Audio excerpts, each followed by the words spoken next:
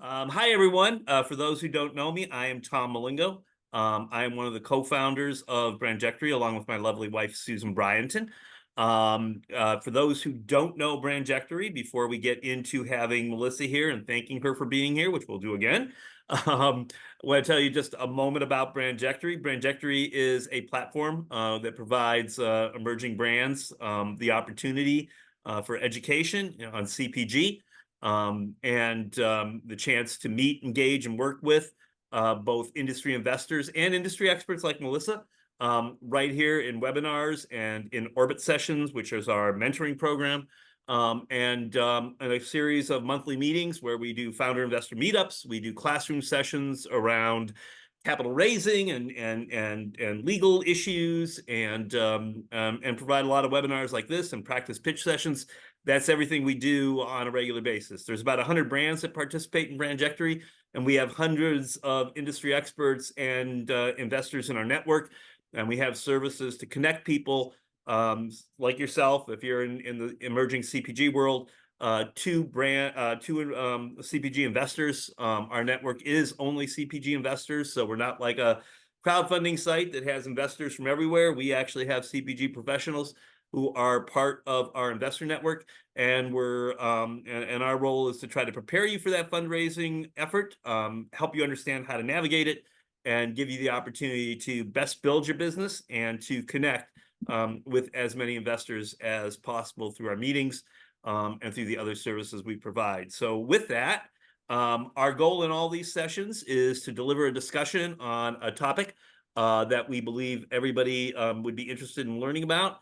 Today we have Melissa Jacobs, who is a consultant. Her firm is Crow and Pitcher, but she has an extensive background in marketing with an extensive career at Kimberly-Clark. So she certainly knows the consumer business. We'll have about 40 minutes of presentation from Melissa, and then we will open up the floor for Q&A. You can always put your questions in the chat.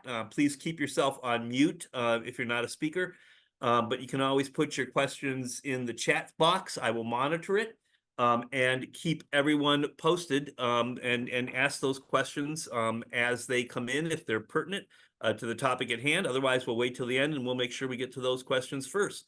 So with that, I'm going to turn it over to Melissa to introduce herself a little bit and to start taking us through the presentation. So Melissa, the floor is yours. Thank you, Tom, and thanks everybody for joining us today. Let me pull the presentation up here and make sure that we are sharing. Oh, gotta get the right button. There we go. All right. It's great to see you all today, and thanks for being here as we talk about crafting a powerful marketing message. Let's start with a question, something for you to think about. Asking you, is your marketing message what you want to say? Are you feeling good about kind of how you're thinking about that? Or are you thinking about what your prospects need to hear? So just something interesting to think about. Tom mentioned that I come from big CPG, many years at Kimberly-Clark, and that question really was an eye-opener for me, and it made a huge shift in my mindset. Coming from a big company, we had access to lots of consumer research, and I was privileged enough to really be kind of what I felt like was consumer-centric my whole career.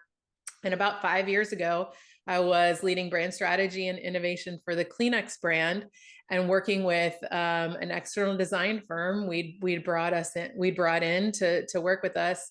And the way that they thought about consumers and their needs gave me a real flip, a whole new mindset. And that's part of what is the backbone of what we're going to talk about today and how I work with my clients. And it really came from, making that shift from brand and product first into consumer mindset first, thinking about that sounded like things like, how does my consumer think about my brand or my product? How does my consumer, what are their perceptions? But switching into thinking about their life first, thinking about things like what challenges are they facing? What barriers are they tackling? What dreams do they have? Thinking about that first and how the brand that I was working on trying to build could fit into their life, that was a huge shift. And so I ask you to just think about that as we talk today. What that really leads to is connection. Everything in branding is about connection and making connections with your customers and your prospects. And it requires you to get beyond product features. And we'll talk about how to do that today. Hold on one second. Somehow we jumped way ahead.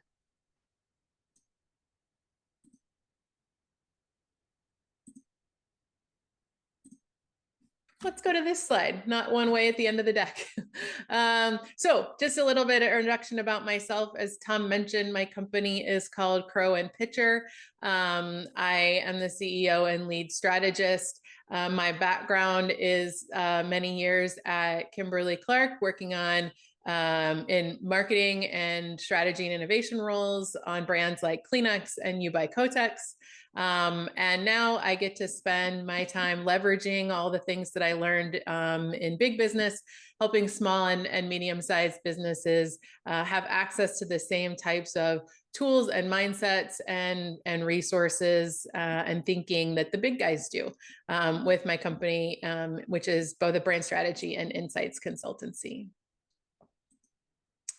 So the things that we're going to cover today, really thinking about how we can elevate your brand and jumpstart your revenue growth by three things: identifying your ideal customers, crafting your powerful marketing message, and then consistently executing that by engaging with your prospects over and over again in a consistent manner.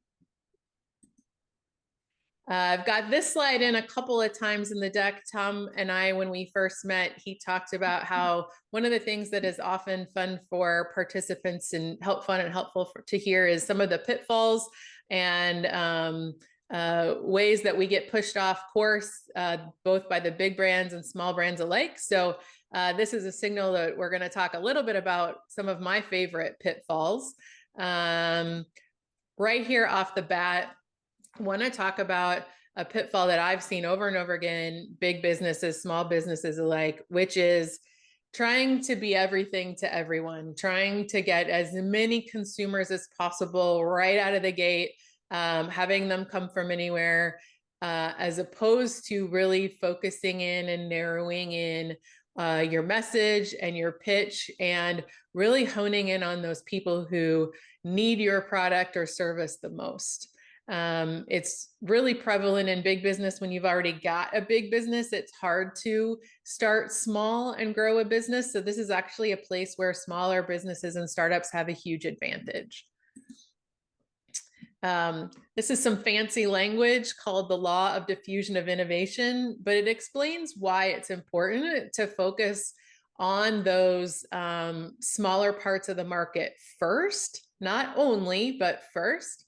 And it's really this idea of finding your innovators and early adopters over here on the left side of the curve before trying to attract the early and late majority here in the middle. We are all excited about attracting the early and late majority, that 68% of the market.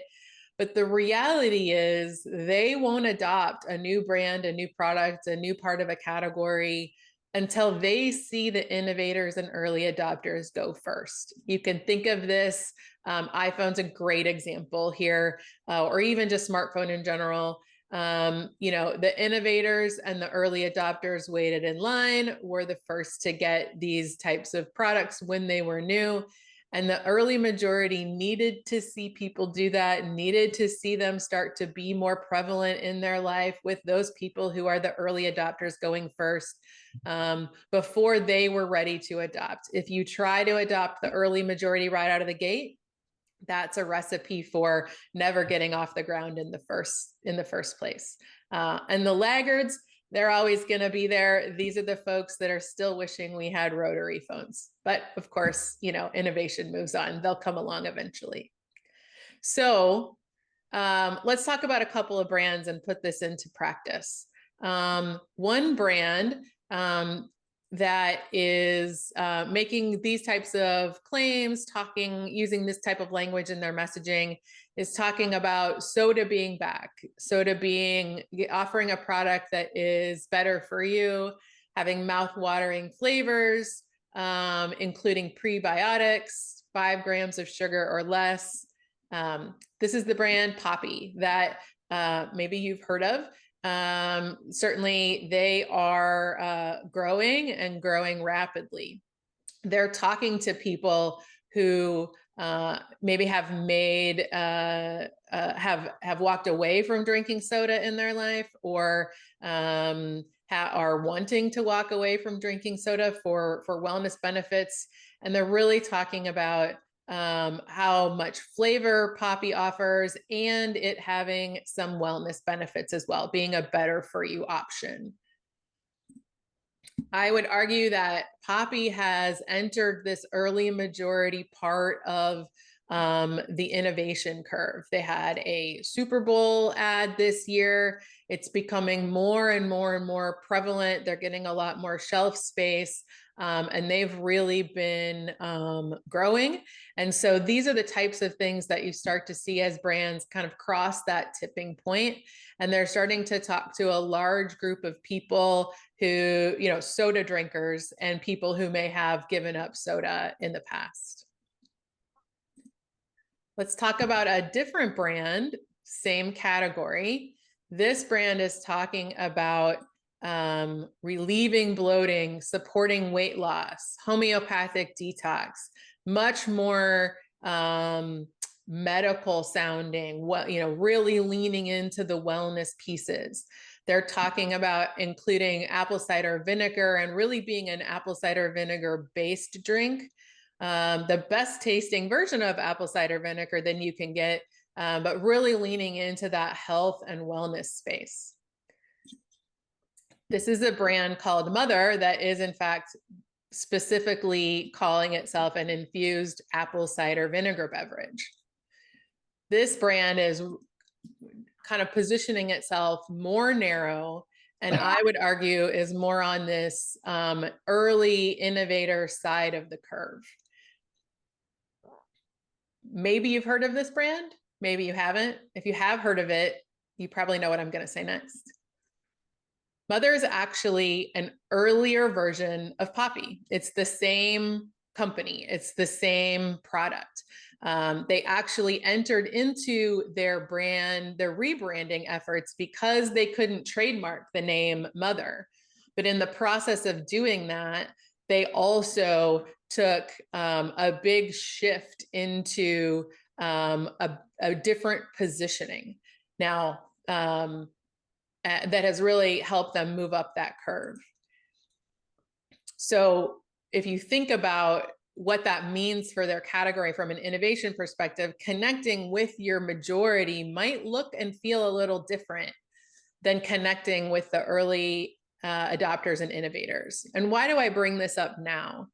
I bring this up now because I have found that people get nervous when we talk about kind of creating that narrow message that really can attract those innovators and early adopters, thinking that that message might be too narrow for attracting that early majority or late majority, or kind of getting that bigger part of the pie. But the message can evolve. The message can evolve over time as your business grows and attracts more people. You can have a broader message. You can make tweaks to that message. It doesn't always have to be as big of a rebrand as Poppy undertook, but many, many brands have a history of doing this, where the message evolves over time as the brand grows and more people adopt the brand. So think about, as we dive into this content even deeper, who are your innovators and early adopters? We want to really tap into the mindset of our consumer, and thinking about those innovators and early adopters is a great place to start. So let's dive deeper and think about what your innovators and early adopters need to hear. The approach we're going to take here is to dive first deep into your customer. We're going to talk a little bit about your category as well and bring that all together by wrapping in your brand to create your powerful message. We'll use the 5 steps of the process that I use with my clients that are comprised of 5 growth engine diagnostics. So we'll go through each of those with the growth driver focus, customer understanding, brand differentiation, messaging power, and marketing consistency. So let's start with that growth driver focus, which is really all about continuing to narrow in who are we talking to. And I've got a tool that comes from my experience in big business that helped us prioritize how we were going to drive our growth, which makes it easier to know your ideal customer and know the mindset that they're approaching your brand with. And it's a simple tool of 4 growth drivers. The first is you can sell more stuff. You can sell to more people. You can sell more often, or you can sell for more money. These really are kind of the 4 levers you have to grow your revenue. We'll walk back through them in a little more detail. Selling more stuff is creating new products or services that you can sell to your current customers. More people, of course, is bringing in new customers who've not experienced your brand before and doing that, selling your current products or services to them. More often is building out your sales to your current customers with your current products. So maybe you sell monthly and you want to sell weekly, or maybe they buy a pack of 1 item and you'd like them to buy a 6-pack. And then more money can happen either through just a straight price increase or by offering more premium products. So how does this help us know our consumer better? If we take an example of choosing between growing through bringing in more people or more often, more people is brand new customers. They don't have any experience with our brand, and we need to introduce them to our brand, help them understand the benefits. Compared to more often, these people are already buying our brand. We're trying to get them to buy more often. That's a different message. That's a different mindset that they approach our brand with, and we can talk to them in different ways. So again, if you're able to prioritize between these 2 consumers, you're able to narrow in your message to the situation that is most specific to them. If you aren't sure which of those 4 growth drivers is best for you to focus on right now, there's a little exercise here that I'd like you to think about. So choose which of these boxes is most relevant for your business, which one you're in right now. Do you have a high or low number of customers? This is subjective, of course. That's going to mean, the cutoff between high and low is going to be different for everybody. And same thing with number of products and services. Do you have a high or low number of products and services? So if you can think about which of these quadrants you're in, then let's talk about which growth driver is appropriate in those boxes. Now, I'm imagining there may not be any of you in this bottom right quadrant. This is kind of a unicorn space to be in. You've got a high number of customers and a low number of products. If that's a situation, amazing, congratulations. You've got a lot of options for how to drive your growth. You've got a high number of customers. You can try to sell your current products to them more often. You can also make new products and services for them. Again, if you've got a high number of customers, but you already have a high number of services, this is really figuring out, trying to have some discipline to not create more products or more services, but sell the things that you already have to them more often. Next is the box that a lot of us are in. A lot of startups are really in the place of having a low number of customers, but also are focused on a low number of products. And this is all about bringing more people in.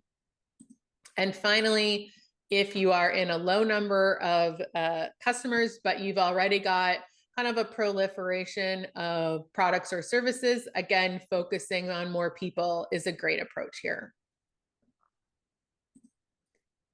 So let's take a look again at Poppy and Mother when it was in its earlier form. The types of growth drivers that would be the focus here are a little bit different. We've gone backwards. Whoops. There we go. In that very early stage, Mother was certainly focused on bringing in more people. As Poppy has grown, they're still, of course, looking to bring in new customers, but they can also look at more often. They have moved into selling, cases, I believe. And so that's, you can change as you grow. So to close this section, you'll receive these slides after the session today. So you can come back and kind of walk through some of these questions, things to think about to close the section on who are we talking to, which growth driver is your priority, and what do your innovators and early adopters know about your brand. So we get into our second section here. Now we're going to dive even deeper into our customer mindsets and think about really understanding them better. What really matters to them? When you know the struggles and dreams of your innovators and early adopters, that really unlocks your ability to craft a powerful marketing message. So the way that I like to do that is to think about them in two different mindsets. What are they thinking and feeling today? And what do they want to think and feel? We'll go deeper into each of these. So here are some questions that you can use to think about how to understand where your customers and your prospects are today. And ultimately, we're going to uncover the gap between where they are today and where they want to be. So you can think about the main issues that they're facing right now, roadblocks that are getting in their way, how it makes them feel when they struggle in certain areas, what their biggest fears are, any limiting beliefs, and also getting clear on what they know about your brand. You can often get more insight when you use the 5 whys technique and ask yourself why each time. How this might look for Poppy, we'll just continue with that example. If their customer is reacting to this idea of soda being back, maybe they've given up soda, or they're trying to give up soda. Maybe they're in that kind of Diet Coke obsession and trying to either have less or none of that, but they're facing those cravings. It's a certain part of the afternoon. That's typically when they would have had, reached for that Diet Coke, or it's a certain meal. Anytime they're having lunch, they would have reached for that.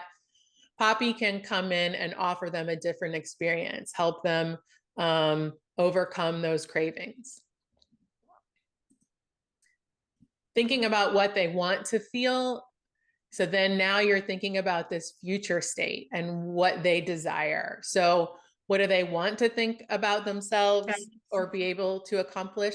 Was there a question? No. Okay. What is a dream scenario that exists for them? What's it costing them to continue to struggle with this particular problem or not be able to get to the place they want to get to? What's their dream? And often a tip here is, particularly in a startup world and a founder mentality, often we are our previous, our customer is a previous version of ourselves. So you can often tap into your own insights and mindset here. So again, with the Poppy example, if you're battling those cravings and trying to make healthier choices, maybe you want the relief of not feeling guilty for making poor choices, or you want to let go of the stress that comes with trying to make new habits and kind of pushing yourself to be disciplined. Those are some of the things that Poppy's customers might be searching for.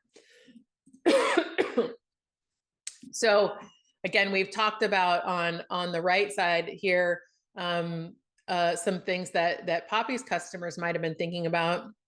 If we switch gears and look at the left side and think about the mother brand, things might have been a little bit different at that time. There might have been digestion issues that they're trying to overcome, more specific wellness goals, or even simply knowing that apple cider vinegar is a healthy component to add to their diet, but knowing that it tastes horrible, and wanting to be able to have that apple cider vinegar in their nutritional assessment or their nutritional approach for the day, but being able to avoid the horrible taste that drinking that straight comes with.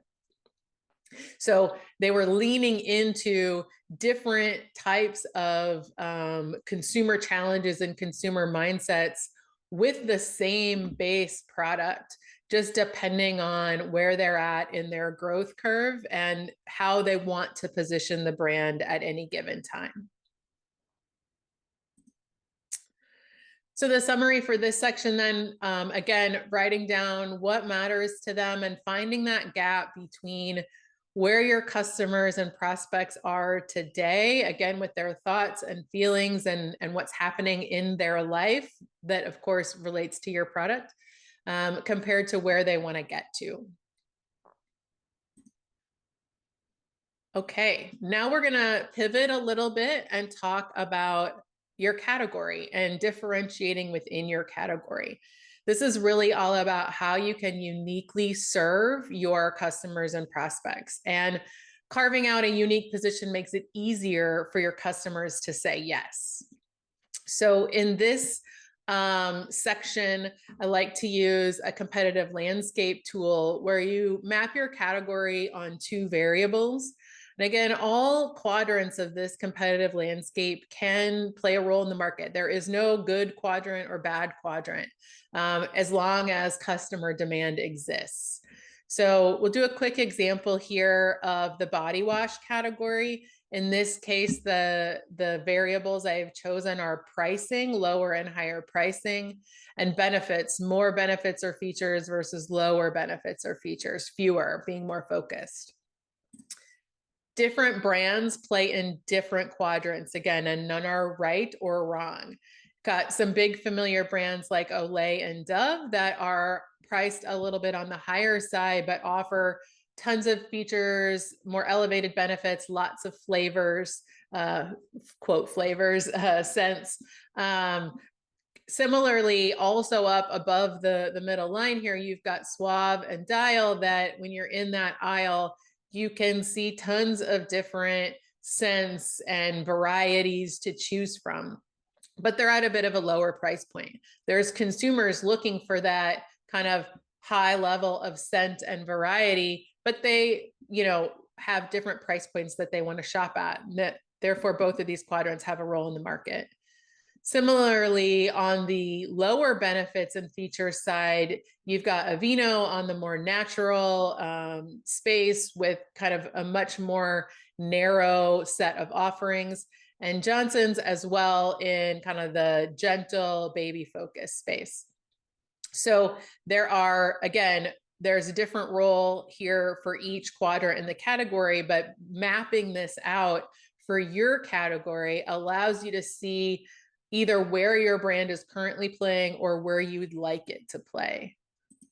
Very, very simplistic look at where Poppy and previously Mother fell in one version of looking at this for the beverages category, looking at a health focus versus a taste focus, and a traditional ingredients versus better for you ingredients. there's a lot more that can be talked about here. There's a lot of different variables that you can choose. You can map the same category with a couple of different variables. I actually have a handout on that we don't have time to go super deep into this today. So if you're interested in going deeper on this one, I'll put a link in the chat. If you'd like to get that handout, go ahead and you can download that. It goes deeper into this particular area of building competitive landscape maps and lists a whole bunch of different ways that you can build different 2x2s to look at your category. So my favorite pitfall related to this area is actually not thinking about how your customers view your brand. There are different perspectives depending on who we are. I was working with a client recently and we were building her competitive landscape for her category. Her leadership team and marketing team were determining where their brand fell and which quadrant they were in relative to their competitors. And we then did some consumer research and found that they had correctly positioned themselves on the x-axis. They were in the correct, right side of the 2x2 relative to how their customers saw them. But they had a totally different perspective on the up and down axis than their competitor, or than their customers viewed them as. So what that actually showed us was there was a gap between where they were positioning themselves or thought they were positioning themselves and where they were perceived. So the pitfall here is only thinking about this kind of how you as the brand want to be positioned. What you also want to do is think about, and if you can, gather data to understand where your customers perceive you as well.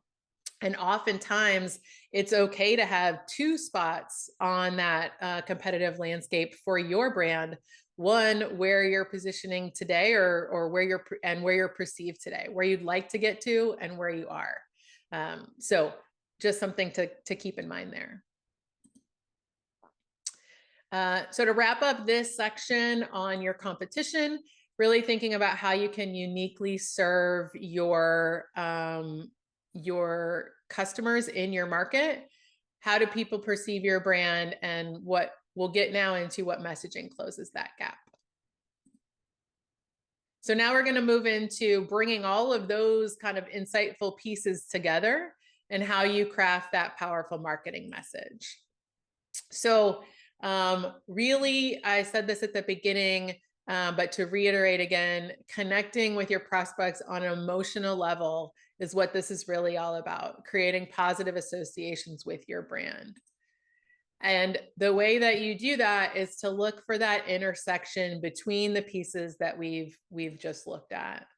What are the gaps between how your prospects are thinking and feeling today versus their desired state? What is the gap between your perception of your brand, how it's currently positioned, ideally into a white space, right? So what is the intersection of where your customers are looking for a solution and where your category has an opportunity for a new brand or a brand to fill the space? And then what are your brand's benefits elevated above your features? Really, the intersection of those three things is where your powerful message lies. So how does that come to life into messaging?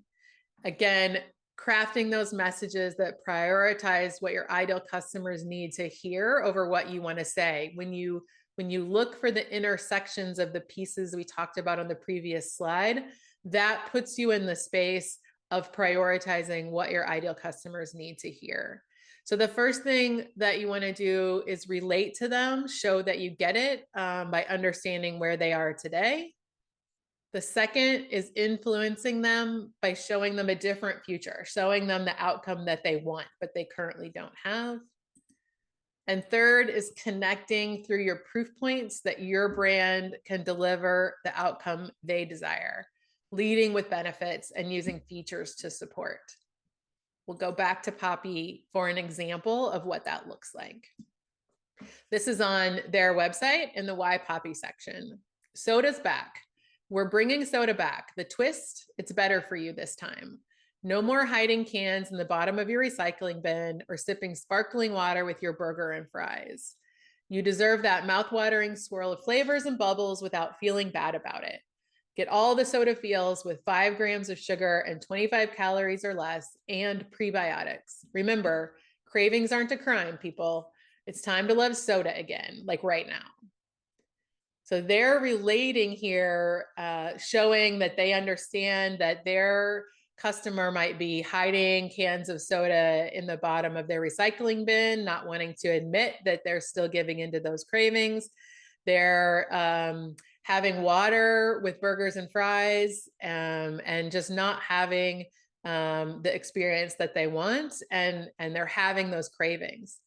Then they show them a different future. You deserve that mouth-watering swirl of flavors and bubbles without feeling bad about it. You can get all the soda feels. It's time to love soda again. So they're giving you a different future than the one that you might perceive that you have right now. And then last, they're connecting with those proof points, including those benefits. The benefits are some of those pieces we talked about in influence, like mouth-watering swirl of flavors and bubbles. And they're including some of their features, like 5 grams of sugar, 25 calories or less, and prebiotics, but they're in a supportive role. They're not leading with those features.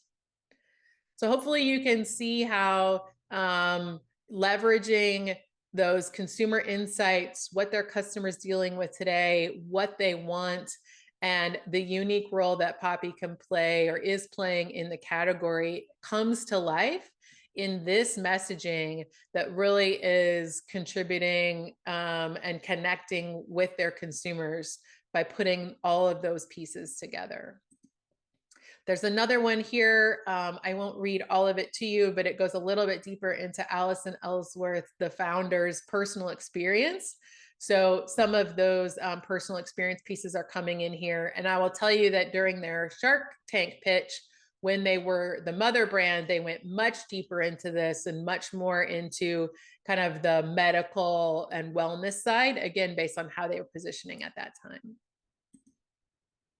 So another of my favorites here, favorite pitfalls. Again, I'm a little bit of a broken record on this one, but this is thinking about features over benefits and emotions. So think of your features like the rocks and the stream here, the things that are very forward, and then getting to the benefits are more like the trees, and getting to those emotions are more like the clouds and the mountains.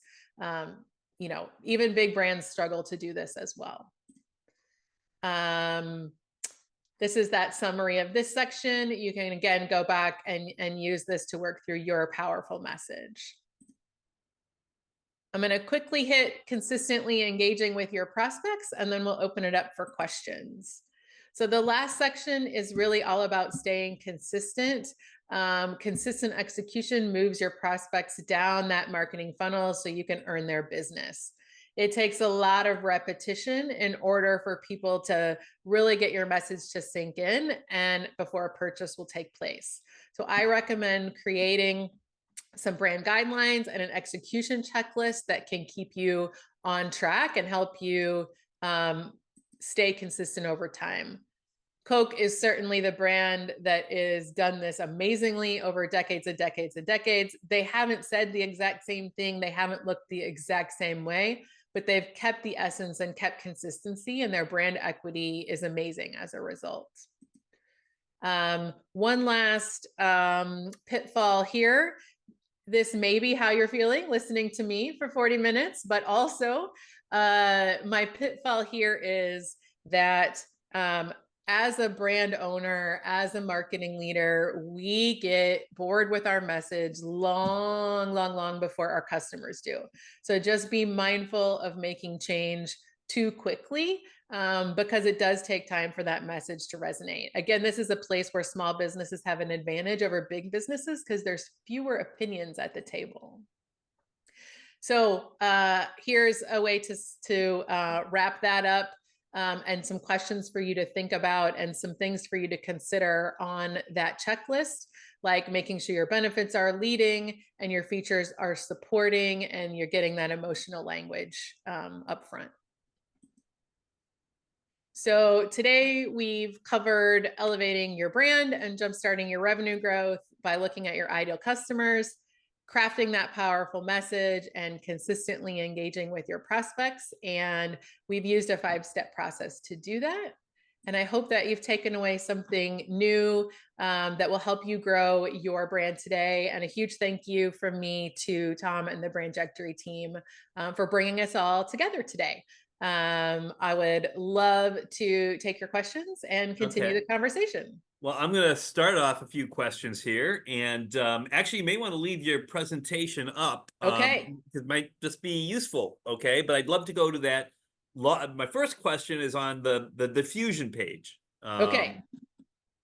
When the brand crosses the tipping point, Yep. okay, and I think this goes into the last thing you said about we get bored with our marketing message, perhaps long before the customer does.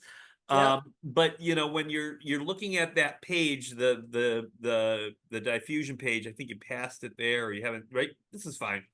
So, it seems to me when you're in that early majority stage, you have to be on brand and on message. You have to know who you're connecting to, how you're connecting to them. Does that mean and I'm going to use the term loosely, A/B testing? What's connecting? What's the feature forward? What's the message forward? Which category are we trying? Is that ending in the innovators or in the early adopters, or does that form of testing your marketing message change when you're really in that growth stage? You are attracting now the majority of the consumers. Whether the majority be you went from 3% of the market to 10% of the market, and that's enough to make a statement. What's Yeah. happening with that sort of, am I on brand? Am I still connecting? Is that change between those stages? I think that's a great question. The way I think about it is I don't think A/B testing ever stops, but what you're A/B testing and how broad and different the options are, the A and the B options are, changes over time, right? So in the very early stage, when you're trying to really understand what's attracting those innovators and those early adopters, you've probably got a broader set of things that you're testing within, and figuring out which of those messages are really resonating. And it's actually helping you define your brand strategy, define your brand at a deeper level. As you start to move up that curve and the brand growth is accelerating because you're narrowing that in, because it's clicking, because it's working, you're using a more optimal message because you've tested and found it. Now the types of things that you A/B test are more narrow.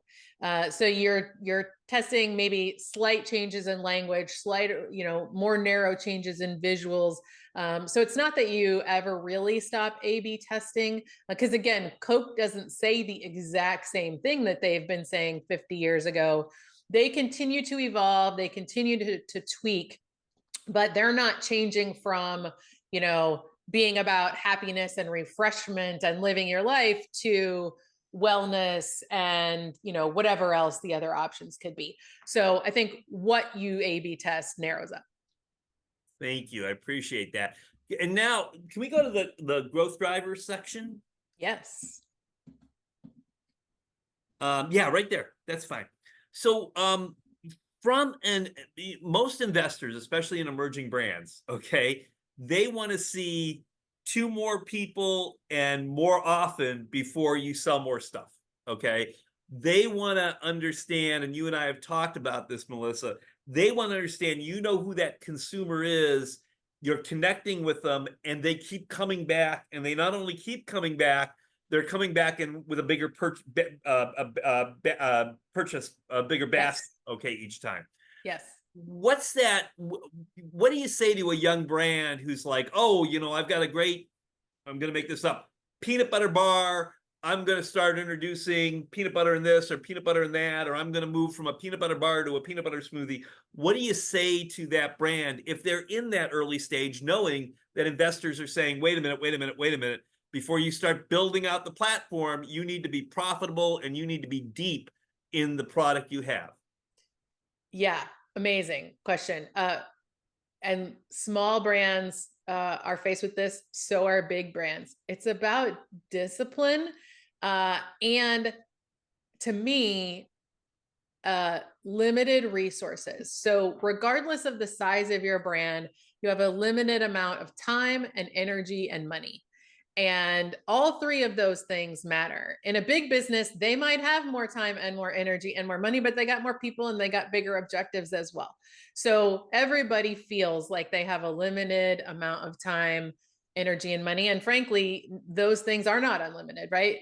They all have some constraint in them. And so if you start to disperse your focus, and instead of just selling, one or two or three flavors of bars, but now you're selling both bars and you know, uh other kinds of products as well, right? From the bar to the peanut butter itself to the whatever other thing.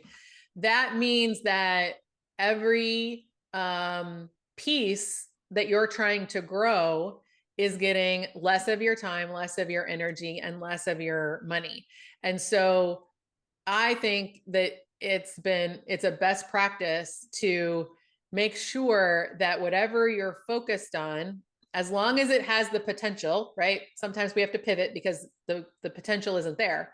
But as long as it has the potential, making sure that each element that you're trying to grow has a sufficient amount of time from you and your team, energy, money to grow to its fullest potential is the best way. Because if you are diluting the efforts, you're going to dilute the growth as well. Thank you for that. I appreciate that. And my last question, I think my last question, and please, if you others have questions, pop them in the chat here. Could you go to the section on the customer understanding? This Yes. is really, it's really kind of interesting. This morning I was on a webinar with another friend of Brandjectory, Hunter Hastings, who Ziad on the call knows well. And while they were focusing more on the AI and technology worlds, they were talking about value creation, okay? Which again, you and I have talked about. Could you flip forward? Yep. So I really liked this section, and I want to point it out to everyone. The comment today, and they've used a great example, is we think as a founder, we found the solution to somebody's problem, okay? And if we've corrected that problem, but sometimes founders fail to think about why the consumer is having that problem. It's another level down to say, well, what's the problem? And they took the example of someone who has a problem getting to work. Well, the issue may be that they're on the bus because they can't afford a car. And they may not be able to afford a car because they've already run up too much debt, okay? Or they're paying too much for rent, and so they don't have money for a car. There's all these things that go into it, or the person may have an issue where they don't fall asleep at night. So, they're up late in the morning. All these issues come into play, and it's not just, oh, the solving of the problem, okay? The solving of the problem is, hey, the person has to get to work on time, and a car would do that. So this, I thought, and I don't really think I have a question here, but I think I want to point out that, we all as founders make the mistake of, this is what I'm trying to provide. And while we say, think about it and put yourself in the consumer's perspective, I think these questions you put up here are really important for people to walk through. And I just thought maybe if you could take a moment and highlight some of the ones that you think are most important. Yeah, absolutely. This goes back to kind of how I opened and the experience I had working on Kleenex, where I always thought of myself as doing a good job at that. I was already doing a good job at thinking about, the consumer mindset and not thinking brand first, thinking consumer first. And what I'll tell you is that when I worked with people who took that to a whole new level, I was shocked, right? It was very humbling for me. And the key thing was getting out of the kind of category, out of the product or service, and into their life. And that's kind of the intention of these questions, is to try and pull yourself out of how your product is used in their life, and think about their life first, and then later think about the role your product plays in their life. And I think it can really help expand the horizon and expand the perspective on the problems that they're facing. So in the Kleenex category, right, people have runny noses, they have a cold, and they need to wipe it up. But when we really stepped back from that, we were able to get to a bigger place than just, I've got a cold and I've got to wipe my nose. We were able to see kind of how things were happening around that cold, how things were happening around that nose blow moment, around the kids, watching what was happening in sort of the chaos of their life, and how, they were really operating at sort of the edge of what was happening in their life. And we wondered if our product could help them sort of, solve some of that chaos. And that was a whole different way to think about the consumer and their life. It elevated. For me, it's all about elevating from where you're thinking about the place that your brand can play, elevating how you're talking about it. And the more you can kind of step out of exactly what's happening with the product and think about more what's happening with their life, even if it's in the moment that they use the product, that's where some of that richness and new thinking comes from. Okay, thank you. We have a couple of more questions here to get through. This is actually from our Brandjectory member Mira Boost, asking the question of, can you clarify what you mean by bringing in more people to make more revenue while focusing on one target group? It sounds a little bit contradictory in terms of you're only focusing in one place.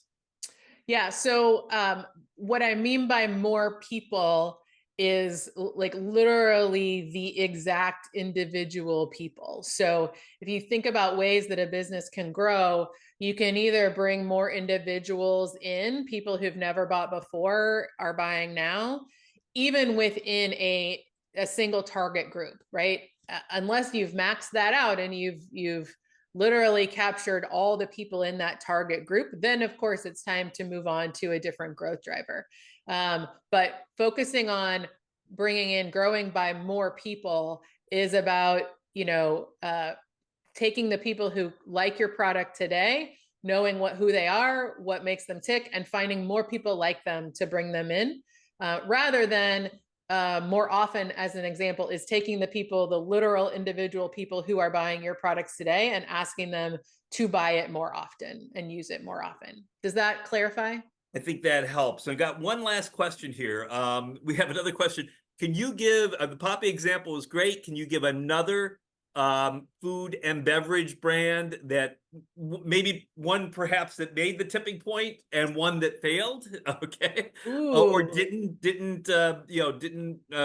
quickly adjust? Ooh, okay. Can I cheat and not? I'm going to start with I'm going to put it down so I can see you guys. Yeah.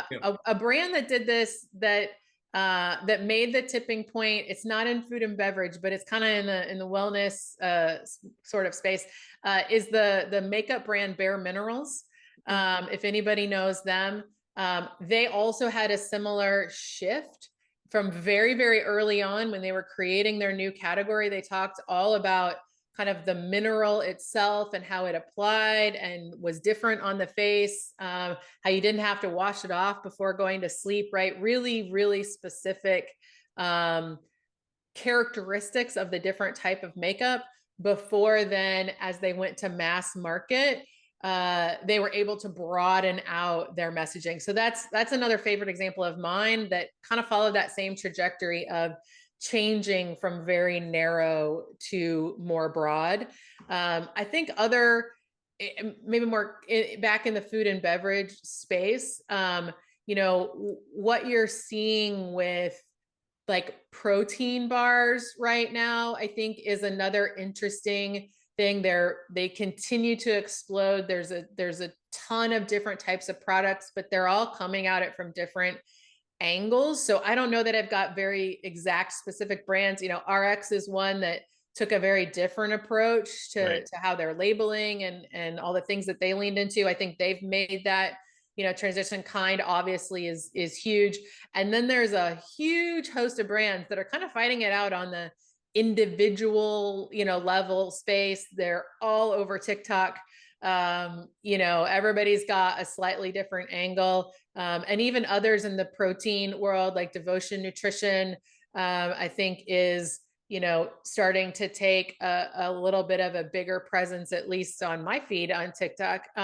But kind of just watching how brands are growing in those spaces can often point out different things they're doing as they cross that tipping point or get close to it. Hey, well, we are out of time. I want to thank everybody being here. I want to thank Melissa. For those of you who may not know, I don't want to sound like a know-it-all, but I think you can gain a lot of insight about Melissa just from the name of her company, because I'm assuming it's based on the Aesop fable, and the bird brings the water in the urn closer to him by putting in pebbles to raise the water level. That's right. And so I think that's a great insight into how Melissa must think about customers, about her clients. So I will leave it at that with what I think is a great branding message that she's done for herself. So Thank you. thank you for being here, Melissa. This will be recorded. We will send it out. Melissa's contact information and is in the chat. It'll be in the presentation we sent out. Of course, if you need anything from me and Susan, it's very simple. Tom@brandjectory.com, Susan@brandjectory.com. Reach out to us. We're always happy to talk to folks. And we're glad to see some friends on the call here and hopefully some new friends that we can make. So Melissa, thank you very much for your time today. Thank you everyone for being here. Thanks, everybody. Appreciate you having me and hope to meet you soon. Take care. Bye-bye.